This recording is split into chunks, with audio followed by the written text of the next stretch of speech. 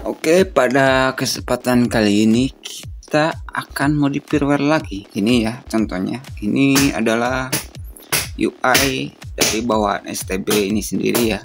Kita coba langsung ke menu saja ya. Biar ini saya jangan lama nonton TV ya. Itu masalah hak Jadi ini saya tutupin sama menunya. Inilah menu standar dari STB ini ya. Ini adalah menu-menu standarnya ya. Oke, firmware yang akan kita gunakan untuk modif kali ini adalah firmware modifan dari Yoto Omega, dari STB Yoto Omega.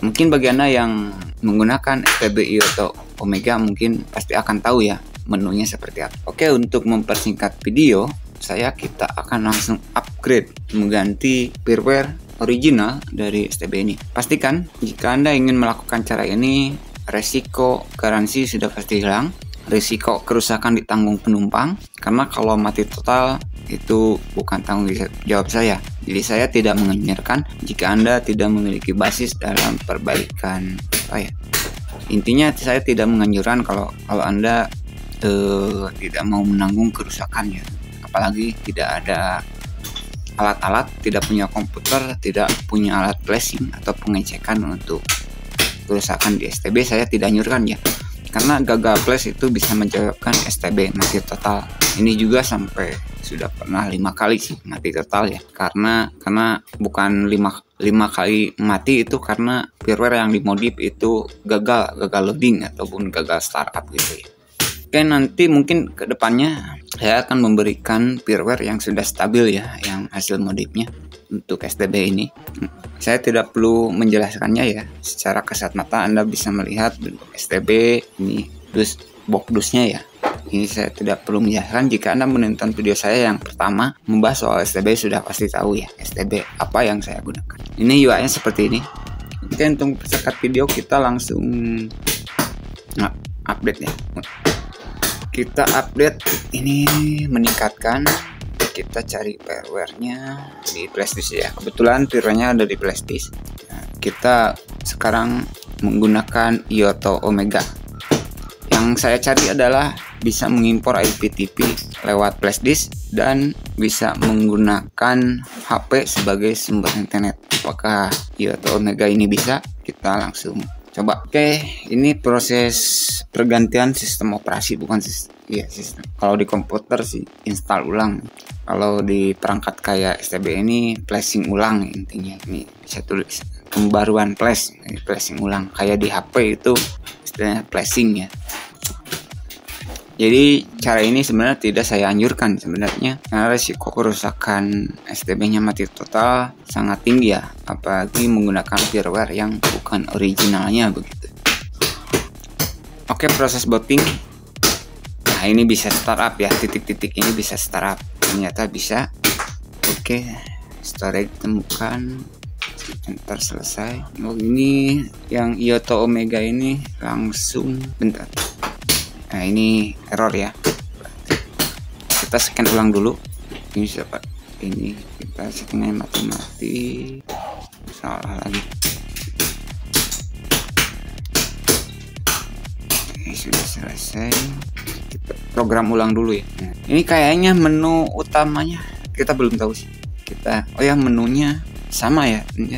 Yoto Omega. Menu navigasinya sama juga ya. Penting ini TV-nya jalan dulu, kita scan TV-nya ya. Ini yang paling wajib, yang utama firmware modifan ini TV-nya harus jalan. Kita tunggu sebentar, baru dapat Metro, iNews, baru dapat 70%.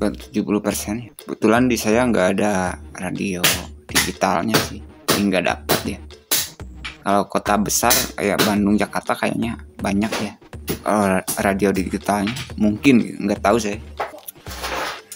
Oke, ini firmware-nya stabil ya untuk siaran TV-nya. Untuk siaran TV-nya stabil, nggak patah-patah, berarti firmware-nya bisa digunakan. Hanya saja UI ataupun interface-nya ternyata yang Yoto Omega sama dengan bawaan ini. Berarti sama kayak video sebelumnya, beda cangkang sama isi, intinya gitu. Ternyata sama. Saya sebenarnya tidak perlu ini untuk LCN matikan teman-teman. Ini saya tidak perlu cocokan ya untuk manajer saluran. Auto siaga sudah bagus 3 jam versi menara. Nah ini kita yang saya cari ini nih. Aduh, ini masalah sini lagi. Ethernet yang saya cari ini Ethernet, walaupun UI-nya sama, mungkin ini di input USB-nya mungkin bisa menggunakan HP sebagai sumber internet. Mudah-mudahan ya. Oh nggak bisa, berarti sama ya. Tautan tipnya hidden, ini nggak bisa digunain. Padahal seharusnya dari chipsetnya, saya tidak perlu menjelaskan. Chipsetnya ini sebenarnya bisa menggunakan HP sebagai sumber internet. Sebenarnya saya nggak tahu sih, pabrik yang bikin STB itu nggak tahu sih. Sebenarnya STB yang aslinya itu firmware yang mana gitu. Padahal chipsetnya sama sih kebanyakan.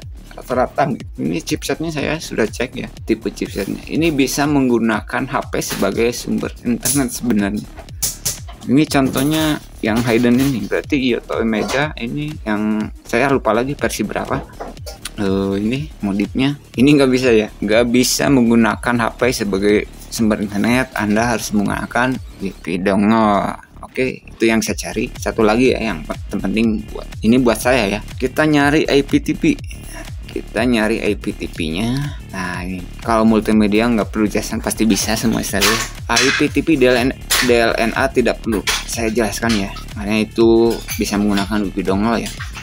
Ini IPTV sama ternyata ya. Ada pesan untuk mengakses YouTube Anda perlu menggunakan antena Wi-Fi ya. Berarti tidak bisa, firmware-nya tidak bisa update IPTV lewat lokal ataupun lewat USB ya. Mau gak mau Anda harus membeli USB converter ya.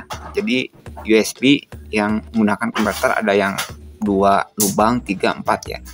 Mudah-mudahan STB di Anda walaupun seperti ini support untuk 2 port ya Pak. Beli di online USB converter ya. Mudah-mudahan STB Anda support ya. Jadi nanti Anda bisa menggunakan Wi-Fi dongle dan Anda bisa menggunakan USB. Jadi USB dan Wi-Fi dongle bisa Anda gunakan bersamaan walaupun USB-nya hanya 1 port. Maksudnya STB-nya hanya 1 port USB. Kalau STB-nya 2 port USB biasanya bisa itu impor secara lokal langsung ya, karena Wi-Fi dongle-nya bisa langsung dihubungkan ke Wi-Fi jaringan Wi-Fi. Ternyata ini nggak bisa ya. Oke, jadi untuk Ioto Omega ini sepertinya saya tidak akan koleksi. Maksudnya walaupun hasil modif saya tidak akan gunakan kembali. Menunya juga sama-sama original dari STB ini sih. Oke, mungkin itu dulu ya apa yang bisa saya sampaikan. Semoga bermanfaat dan terima kasih ya. Ini sama sih, sama kayak bawaan STB ini saja sih.